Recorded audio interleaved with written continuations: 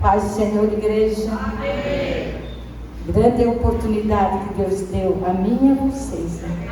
Mas a mim, esse presente que Deus já tem dado a nós, eu reparto com vocês. Mas eu te agradeço, Deus, por esse privilégio. Nesse momento de ver essa nossa filha falando do teu amor. Deus, obrigada por esse presente. Usa ela, Senhor. Ela não é minha, ela é tua. Desde o ventre, tu sabes que eu te ofereci. Pai, usa ela grandemente para nossas vidas. É o meu pedido, em nome de Jesus. Amém. Cumprimentos, irmãos, com a paz do Senhor. Quero agradecer primeiramente a Deus, o pastor, a parte que assim, quando ela me convidou, eu estava lá atrás, na reunião dos líderes. Aí, na hora que ela falou, meu coração já deu um pulo assim. Não, meu Deus do céu, que responsabilidade. Meu coração tá, desde aquele dia até hoje, ele tá assim, todo dia eu penso, meu Deus do céu, como é que eu vou trazer a palavra? Mas, vamos ver. Eu vou ler em Neemias 1 e 2.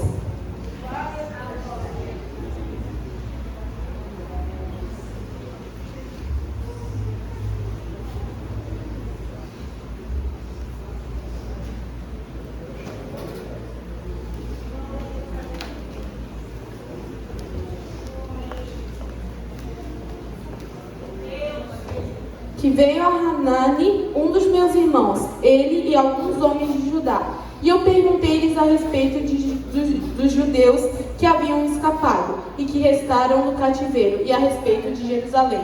Eles me disseram: os restantes que ficaram do cativeiro lá na província estão em grandes aflições e desespero, e a muralha de Jerusalém também está demolida, e os portões estão queimados pelo fogo. E sucedeu, quando ouvi esta palavra, que eu me assentei e chorei, e lamentei alguns dias, e jejuei e orei diante dos deuses do céu. Os irmãos podem tomar assento. O cenário de Jerusalém, na história, no contexto de Neemias, ele era um tanto difícil. Jerusalém, ela tinha sido devastada, ido para a Babilônia, e eles voltaram. Então eles estavam num cenário bem complicado. A cidade estava destruída, estava tudo em ruínas. E aí Neemias, ele não morava lá em Jerusalém, ele morava na Pérsia, trabalhava na Pérsia. E nisso, alguns irmãos dele foram, eu fiz a leitura, e ele pediu como que estava o irmão deles, como que estava o povo de Jerusalém. E aí, nisso, o irmão relata que a história de Jerusalém estava complicada. E aí Neemias, no momento que ele descobre como está Jerusalém, ele toma uma decisão, a decisão de orar. Ele vai, dobra os joelhos e ele ora. Ora, porque ele sabia que estava complicado para Jerusalém, Jerusalém era o povo dele, por mais que ele não tivesse morado lá. E ele pega e toma a decisão: não, eu vou orar a Deus. E nessa oração, vai falar ali mais para frente, ele confessa os pecados do povo. Ele fala, ele não coloca a culpa em Deus, ele diz: Deus, eu errei, os meus antepassados erraram, e nós nos colocamos nessa situação por desobedecer a Deus.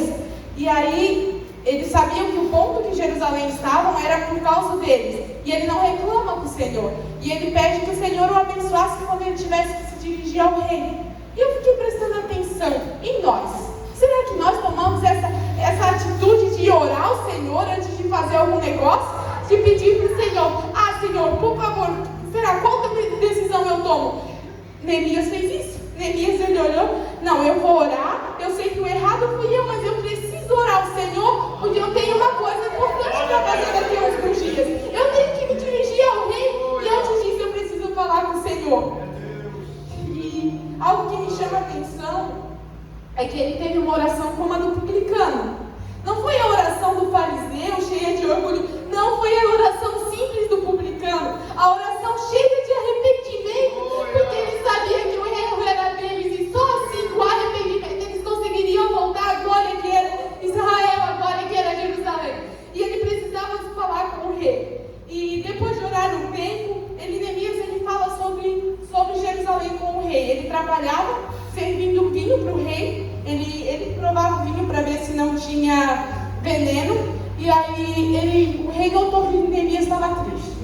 Aí algo que me chama a atenção: o rei perguntou: o que é? Tu não está doente? O que tu tem? Por que tu está triste? falar, novamente ele ora ao Senhor. Antes dele falar o problema para o rei, novamente Neemias ele ora ao Senhor. Depois que ele teve a confirmação que realmente era para ele falar, ele contou o cenário de Jerusalém e pediu permissão para ir para Jerusalém e ajudar o povo. E, sabe, Neemias ele poderia ignorar. Ele poderia ignorar porque ele trabalhava na Pérsia, ele tinha um trabalho de confiança. Por que ele ia lá para o meio de uma cidade cheia de ruína, uma cidade que ele sabia que era cheia de pecado? Por que ele ia fazer isso? Porque ele tinha o amor ao próximo, o amor que e nós está faltando às vezes, o amor que está esfriando. Neemias ele tinha esse amor. Ele foi para Jerusalém para reconstruir a cidade, os muros, mas também foi para reconstruir o relacionamento deles com Deus. E Neemias ele vai para Jerusalém e já no caminho, irmãos, no caminho, nem tinha chegado em Jerusalém, já se levanta o primeiro obstáculo. Sanbalat e Tobias, que a gente vê muito no livro de Neemias, eles ficaram zangados quando souberam que alguém ia ajudar Jerusalém. E aí eles começaram já lá, ficar zangados, já armando para destruir Neemias. E eu fiquei pensando assim, tem muita gente que pensa, eu recebi isso de Deus, eu não vou ter problema, eu vou chegar até o final, tá tudo certo. E no primeiro obstáculo já pensa, não era de Deus, era coisa da minha cabeça. Não, é de Deus sim, é de Deus, porque quando tem problema, quando o inimigo se levanta, é sinal que ele não está feliz. Assim foi com Neemias. Será que Neemias ele tinha certeza do que Deus tinha posto no coração dele? Neemias sabia que o que tinha posto no coração dele era verdadeiro e que ele precisava chegar até o final. E ele não voltou quando apareceu o obstáculo. Ele seguiu em frente, ele não deu bola. Não, eu vou até Jerusalém. Eu vou até Jerusalém. E outra coisa que me chama a atenção ainda. Neemias ele era muito cauteloso com a fala, já dá para perceber, né? Quando ele chega na cidade, ele não sai contando para todo mundo o que ele tinha feito ali. Ele espera, chega à noite, visita a cidade, vê como está o terreno. Só depois, quando ele tinha certeza que era para ele contar, que ele foi contar para as autoridades e para o povo que ele queria fazer em Jerusalém. E aí, eu me prestei atenção assim, às vezes Deus nos dá algo que é para ficar com nós em secreto. Às vezes Ele nos deu algo que é no secreto e a gente está querendo falar para todo mundo. Às vezes Ele nos disse algo lá na nossa oração e é para a gente ser cauteloso com a nossa fala. A gente tem que cuidar do que o cristão fala, porque o cristão é um exemplo. Se a gente ficar falando besteira, aí que dá um problema. A gente tem que ser cauteloso com a fala como Neemias, ele era cauteloso. E depois, no momento certo, ele foi e falou. Ele foi e falou que ele tinha ido para construir a muralha, reconstruir a muralha de Jerusalém. E a muralha, naquele tempo, era uma segurança na cidade. Hoje a gente não tem mais isso. Mas naquele tempo, uma cidade sem muralha não tinha segurança. E eu imagino o seguinte, irmãos. A muralha de Israel, eu creio que ela era forte. E cada pecadinho de Israel foi abrindo uma brecha. Cada vez que eles se afastavam do Senhor, abria uma brecha na muralha de Israel. Cada vez que eles se distanciavam, adoravam outros deuses, abria uma brecha. Ah, não, mas peraí, eu vou casar com uma mulher que eu não deveria casar. Abria uma brecha. E assim a muralha de Israel foi a ruínas. E aí foi fácil eles ser devastados, indo para cativeiro na Babilônia. Porque os pecados deles abriram a muralha e deixaram eles vulneráveis. E a nossa muralha, como é que está hoje? Será que a nossa conduta como cristão está sendo certa para ser guiada no caminho do Senhor? Para que a nossa muralha esteja forte nele? Porque às vezes a nossa muralha pode estar cheia de brecha e a gente não está percebendo. Às vezes a nossa muralha está com o nosso pecado, a nossa conduta, os nossos erros, ela está abrindo uma brechinha. Abrindo uma brechinha. A gente está deixando que o inimigo abra brecha na nossa mente e ele tome o controle. Porque se tem uma muralha com brecha, tem um inimigo que vai tomar o controle. E se tomar o controle, como é que a gente vai ter certeza de quem que está falando? Aí vai e confunde a nossa mente. Por isso que muita gente cai. E eu estava prestando atenção. No Salmo 122 fala: alegrei-me quando me disseram vamos à casa do Senhor. Será que a gente está tendo esse sentimento? Será que as nossas condutas não estão fazendo que a gente pegue esse sentimento de não, hoje eu vou na casa do Senhor.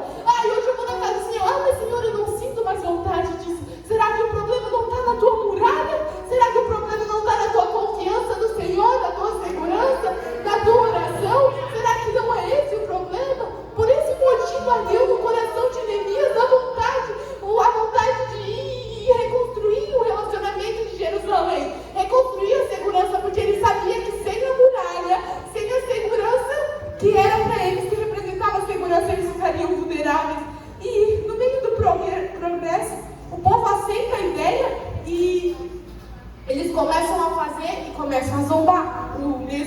Sambalat, Tobias, eles começam a zombar, dizer que uma raposa derrubaria a muralha. E aí, Neemias, como ele era um homem de Deus, ele não deixou o povo desanimar. Ele disse, não, nós vamos continuar. Não vamos dar ouvido para aquele povo que está avisando. A gente tem que continuar. O cristão, ele tem que ter uma determinação. Porque se não tiver determinação, como é que ele vai seguir certo para o alvo? Ele tem que ter determinação em Cristo Jesus. Senão ele não segue pelo alvo. Senão no meio da caminhada, a gente desanima e fica em perigo. Precisamos ter plena confiança no Senhor. E essa plena confiança a gente só consegue na oração. Eu fico analisando a história das pessoas que tiveram muita fé na oração. Daniel, ele poderia, quando veio o decreto, ele poderia não orar escondido. Não, ele foi para o mesmo lugar. Sadraque, Mesaque, mas todo mundo se dobrou. Não, eles não se dobraram. Mas a que me chama a atenção mais, assim, na confiança plena no Senhor, é a de Pedro. É a que me chama mais a atenção. Porque Pedro, ele anda sobre as águas. E ele tira os olhos do Senhor e ele cai. E aí, o Senhor diz que ele é um homem de pouca fé. Mas depois que Jesus morre, ressuscita, Pedro passa por ter negado a Jesus e depois ter chorado amargamente. Pedro está numa prisão, ia ser executado no outro dia, e Pedro está dormindo. Como é que pode? Se a gente com qualquer coisinha que vai ter no outro dia não dorme. Aí Pedro está dormindo. Olha a confiança, olha o relacionamento com Deus. Pedro, ele tinha uma confiança plena, que a gente só conquista com oração. E, irmãos, a oração não é complicada. Eu vou contar um testemunho que aconteceu ali por novembro e dezembro. Eu estava voltando da escola. Eu ia para a escola de bicicleta. Quando chovia, meu pai me levava. Naquele dia, de manhã, a hora que eu saí, estava chovendo. O pai me levou e foi para o trabalho. Chegou a hora de ir embora, tinha parado de chover. E a gente sempre combinava o seguinte: se parou de chover, eu vou andando, tu me pega no caminho. Nesse dia, o pai falou que estava fechando uma vez e atrasou. E aí eu fui andando. Quando cheguei perto da ponte, eu pensei: Senhor, por favor, cuida de mim e vai comigo. 6 palavras. Cuida de mim e vai comigo. Porque eu pensei que eu ia me incomodar ali, porque geralmente é cheio de homem. E eu pensei: não, vou me incomodar. Aí passei, atravessei a ponte, tudo certo. Quando eu cheguei lá perto da região do top, estava só eu no calçadão cheio. Atravessou uma mulher com um monte de sacola do top e veio reto na minha direção. Eu dei um pulo para trás. Por que o calçadão está inteiro? Por que ela está vindo na minha direção? E ela olhou para mim com uma cara muito feia. Eu desviei, continuei, acelerei o passo, bem medrosa, acelerei o passo. Eu olhei para trás e ela estava assim, me encarando. Andei um pouquinho mais rápido, olhei para trás e ela estava me encarando como se não conseguisse sair do lugar. E eu fiz a oração lá na ponte. Liguei para o pai já estava no caminho, me pegou e falei: olha, eu acho que uma mulher endemoniada tentou me atacar. Não é possível. Aí passou, eu cheguei em casa, fiz as coisas, perto das 2 horas, 3 horas, eu peguei meu celular.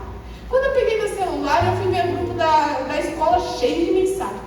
Aí uma amiga minha tinha dito assim: ó, gente, perto da ponte, uma mulher tentou me atacar, agarrou meu celular, mas eu consegui fugir. Aí eu perguntei: perto da ponte, pronto. Aí eu fui lá e perguntei: como é que era a descrição? Eu perguntei: cheia de sacola, cabelo preto, blusa branca ela era. Eu ia ser assaltada. Mas eu fiz uma oração de 6 palavras antes. Senhor, me cuidasse que ele fosse comigo. Essa era a minha oração. Uma oração simples. E essa é a oração que o cristão tem que ter. Simples para conquistar essa confiança plena no Senhor. Eu tive uma resposta na hora. Mas quantas das vezes a gente faz uma oração que a gente pensa assim: simples, eu não dobrei o joelho, não, eu só falei. E aí a gente faz essa oração e quantos livramentos ele nos dá que a gente nem percebe. Essa ele permitiu que eu percebesse, mas quanto será que ele já não me deu? E a gente precisa orar e vigiar, mesmo quando tudo estiver bem. É algo que me chamou muita atenção nessa história toda de Neemias. Tá tudo bem, aí a gente deixa de vigiar. E aí é que está o perigo, porque estava tudo bem lá eles construindo, mas lá fora o inimigo estava armando um ataque surpresa.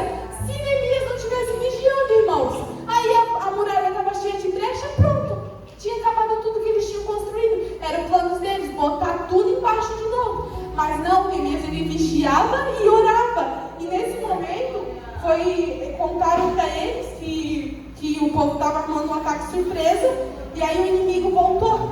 E por isso que a gente precisa vigiar sempre. E constantemente Neemias ele recebia cartas do Tobias, de todos os filhos se armaram, principalmente Sanbalate e Tobias, para ir falar com eles. E Neemias, sabe o que Neemias respondia? Eu tenho coisa mais importante para fazer. Eu tenho trabalho que o Senhor me deu para terminar. Eu não vou ir falar com vocês. Eu tenho coisa mais importante para fazer. Neemias era ocupado com a obra do Senhor. Se a gente for ocupado com a obra do Senhor, a gente não vai ter tempo para ficar ouvindo o inimigo. Neemias, ele sabia, não, eu tenho trabalho para fazer, eu tenho que terminar o muro, eu tenho que ajudar esse povo, eu tenho coisa mais importante do que ficar falando e dando ouvido para boato de inimigo. A gente tem que ter essa posição. Ah, vem cá, vamos ficar de fofoquinha. Não, eu tenho coisa mais importante para fazer. Eu tenho que evangelizar, eu tenho que visitar, eu tenho que pregar. Eu tenho coisa mais importante para fazer. E após terminar a construção, eu já estou chorando desde o começo. Após terminar a construção, o povo se reuniu para eles adorar o Senhor e também para se arrepender. Algo que foi muito marcante foi que o povo se arrependeu do pecado. Eles fizeram uma confissão do pecado. Eles escutaram a lei por horas e horas eles se arrependeram do pecado. E nesse momento, com a muralha construída e com o relacionamento de Deus construído, Jerusalém estava finalmente segura. Jerusalém estava segura porque o relacionamento deles, eles não colocaram a culpa. Porque foi algo que me chamou muita atenção. Porque se a gente for lendo a Bíblia, a gente vai ver que muitas das vezes o povo falava, ó Senhor, por que me abandonaste? O Senhor nunca abandona ninguém. Porque podia ver a conduta do povo antes, era eles que tinham abandonado, eles que tinham desobedecido a lei. E aí esse povo não, o povo dessa história disseram, não Senhor, eu errei, os nossos antepassados erramos. Mas a partir de agora, a gente sela um contrato, eles selaram um contrato, que nós obedeceremos a lei do Senhor. Eles selaram um contrato, se eles quebrassem, eles seriam amaldiçoados. E eles teriam que obedecer a lei do Senhor. Porque eles já tinham provado que o fora da lei, que lá na Babilônia era muito pior, era bem pior. E eles finalmente decidiram, não, nós vamos selar um contrato e obedecer a lei do Senhor, irmãos. E que nós realmente possamos hoje reconstruir a nossa muralha. Se atentar para ver se as nossas muralhas não estão cheias de brechas. E vigiar. Porque no momento em que eles souberam do ataque surpresa, Neemias, ele armou o povo. Colocou o povo todo junto. E cada brecha tinha um homem com arma. Um homem e uma mulher, ou até vezes criança, com arma. E a gente tem que cuidar disso. Sempre se armar de oração, jejum da palavra. Porque essa é a